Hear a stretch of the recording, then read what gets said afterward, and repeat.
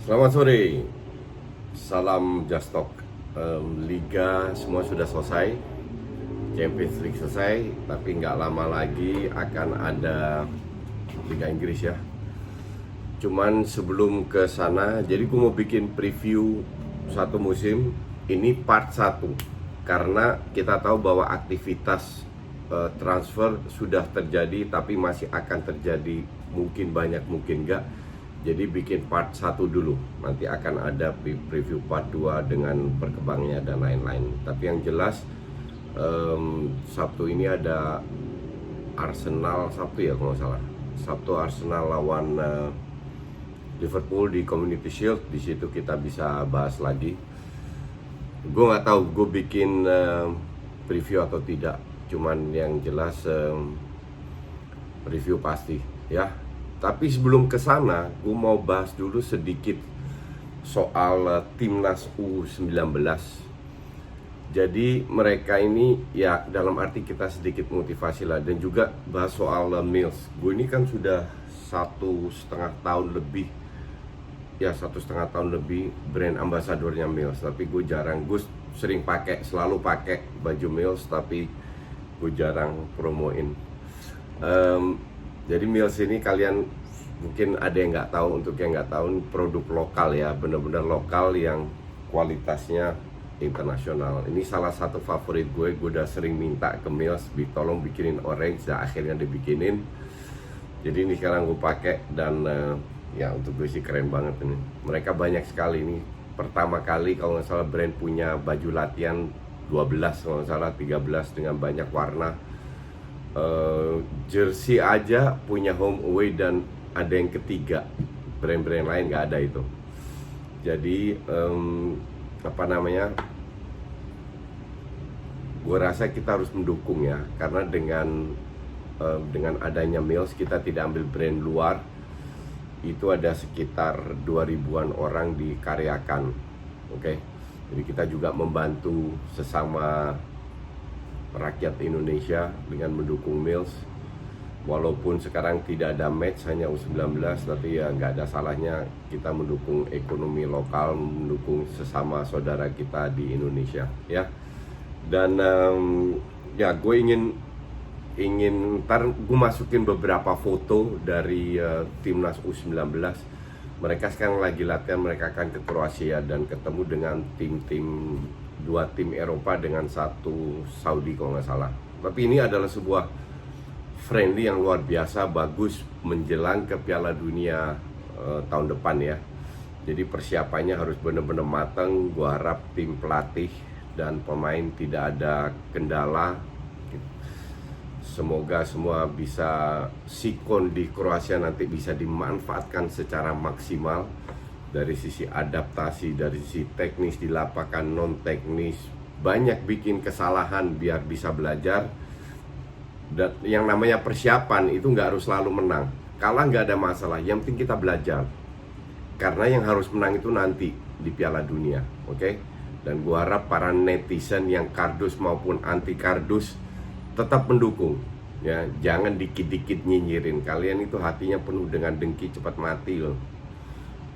Coba kita berpikir lebih positif lagi, kita dukung tim pelatih, kita dukung tim staff, kita dukung PSSI dan juga adik-adik yang di U20 ini, U19, biar mereka lebih semangat lagi dan belajar sebanyak mungkin, biar nanti sekarang kerja keras, latihan, tanding, belajar, nanti pestanya di Piala Dunia di bulan Mei tahun depan.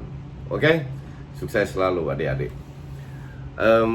Ya kita bahas. Gue mau bahas sedikit pembelian, terutama Big Six ya. Mulai dari rank 1 Liverpool. Liverpool ini sudah gue katakan harus beli pemain, dan banyak teman-teman gue yang fans Liverpool juga setuju. Harus beli banyak pemain. Kenapa? Karena mereka tidak punya lapis dua yang memadai. Oke? Kalau lihat benchnya, Lallana out, Origi, Shaqiri, Oxlade, Minamino, itu bukan pemain yang bisa menjadi starter. Mereka sudah berkali-kali diberi kesempatan. Terus ada pemain muda, kalau nggak salah Williams ya, atau Elliot. Mereka itu terlalu muda, butuh waktu lagi untuk menjadi pemain inti. Entah berhasil atau tidak, nggak tahu. Cuman yang jadi masalah kan sekarang, ya lihat musim lalu lah, sempet Robertson cedera, Milner yang gantiin, hancur-hancuran. Trent Alexander-Arnold cedera, Gomez yang gantiin, beda banget. Jadi Liverpool yang bertanding di 4 kompetisi, sampai tahun lalu mereka harus lepas 1 kompetisi kan, karena bentrok jadwalnya. Padahal kalau punya tim yang memadai, itu setengah pemain inti bisa dilepas, digabung sama junior. Tidak dilakukan ya karena squadnya itu sangat terbatas. Kalau Liverpool nggak beli 2-3 pemain yang memadai, gue nggak yakin mereka bisa jadi juara lagi. 2 tahun mereka bilang praktis luck, nggak ada yang cedera, nggak ada apa, semua berjalan lancar, nggak ada kendala ini itu. Yang dibeli malah pemain Yunani yang umurnya, gue nggak bilang dia jelek ya, tapi masih tanda, gue nggak pernah lihat dia main, masih tanda tanya. Gue bilang beli Minamino 7 juta gagal, sekarang 12 juta. Ya gue pertanyakan, tidak banyak pemain yang murah itu langsung bisa tune in. Pasti ada sekali-sekali, mungkin dari 21 pemain. Tapi kalau lu nggak punya pemain yang bisa langsung menjadi starter, ini kan si Yunani ini kan digadangkan menjadi pelapisnya Robertson.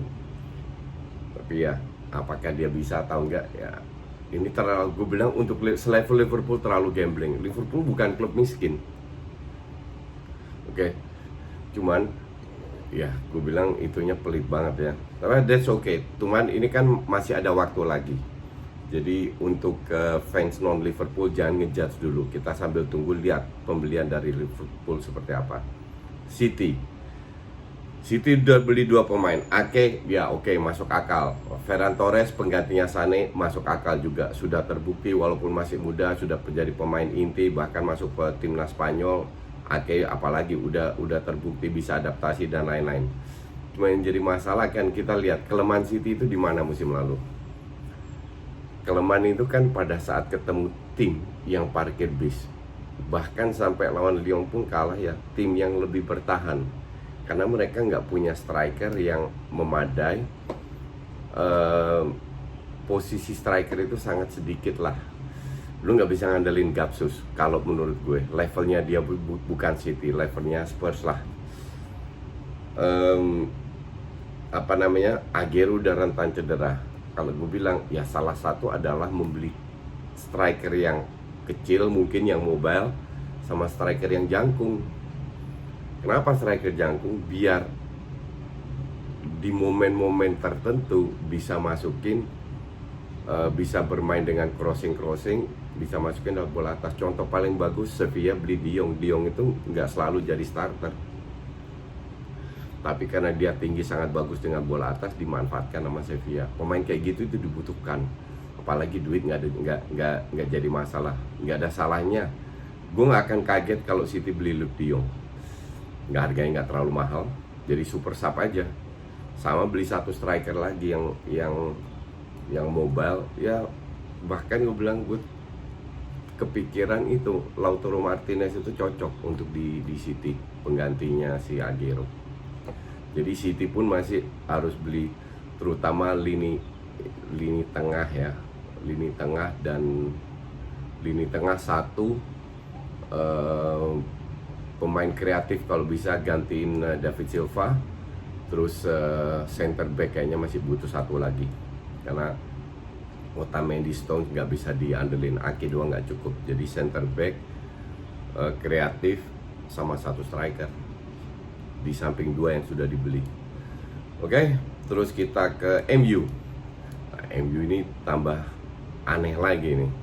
Bahkan fans beratnya MU pun kesel kenapa sampai sekarang belum beli pemain. Tahun lalu mereka incer Saliba, sudah bid lebih tinggi nggak dapat. Sekarang gue dengar pada saat sudah mau deal sama Arsenal, masuk lagi untuk ke Gabriel. Sancho masih diuber-uber, nggak ngerti gue. sekarang kabar terakhir gue nggak tahu bener ya, ini menurut media, Ansu Fati ditawar 150 juta, lu 120 juta aja nggak punya motor 150 juta yang dua-dua untuk gue overrated dengan harga segitu. Apalagi 120 mau ditawar 60 juta, makanya Dortmund ngamuk. Udah gitu cicil pula, dikira beli kacang rebus apa. Jadi MU ini ya semua orang gue rasa setuju sama gue, semua fansnya juga, bahwa butuh pelapis, karena sekarang sudah terbukti mereka hanya bisa mengandalkan 11 saja, 11 mungkin 12 pemain yang seleranya oleh. Kalau ada 1-2 pemain Pogba sama Bruno Fernandes nggak masuk aja udah selesai. Dan tim sebesar MU nggak boleh seperti itu. Jadi MU butuh minimal 3-4 pemain kalau mereka mau menggeser Liverpool dan City. Gue nggak tahu tujuannya apa, apakah Champions League juga dapat puas atau enggak, tapi tim sebesar MU yang duitnya juga nggak kekurangan, harusnya tiap tahun itu target jadi juara, bukan cuma main Champions League aja. Makanya gue bingung, fansnya seneng banget MU tahun ini bisa main Champions League, but that's okay. Chelsea ini gila, semua pemain yang Havertz tinggal tanda tangan, Malang Sarr sekarang diincar. Emang mereka harus ganti pemain ya, harus rombak, tapi begitu banyak pemain ya. Sekarang kita lihat Lampard, individu bagus semua pembeliannya, individu, tapi apakah bisa menyatukan semua ego menjadi tim yang sesuai dengan strateginya Lampard? Tanda tanya besar. Apakah grup lama yang sebagian besar digeser bisa menerima pemain-pemain baru ini? Tanda tanya besar. Apakah pemain yang dari luar Inggris bisa adaptasi dengan cuaca Inggris, dengan makanan Inggris dan lain-lainnya? Masih tanda tanya besar. Jadi Chelsea ini untuk gue masih tanda tanya besar, walaupun gue bilang seharusnya Lampard bisa, karena Lampard adalah pelatih yang smart. Tapi kita lihat lagi, apakah dia harus merubah strateginya atau tidak, we don't know. Chelsea terus Man U, Arsenal beli 2 pemain. Gue bilang kalau Arsenal tambah 3 pemain lagi yang berkualitas, entah itu gratis atau nggak penting, yang langsung bisa jadi starter, baru gue beli jersey-nya. Yang diincar itu Promes, Partey, dan satu lagi attacking midfield. Kok kayaknya ditahan sama siapa namanya? Oh ya, Liverpool, sorry lupa.